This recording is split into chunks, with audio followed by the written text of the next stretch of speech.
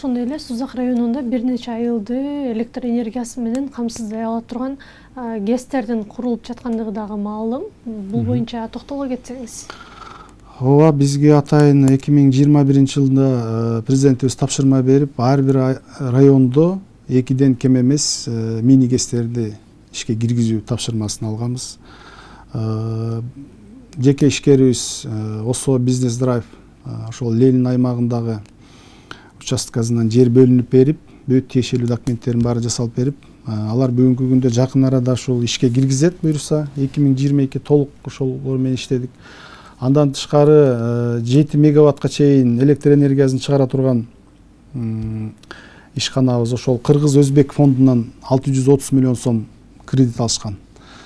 Бүгүнкү күндө платинасы бүттү, каналдар курулуп 50% курулуп калды. Анан ошол Сафаровка чыга турган электр мамычаларды орнотуу иштери жүрөт. Ал ошол биздин жарандарыбыздын үлүш жерлеринен өтө турган болуп атат да.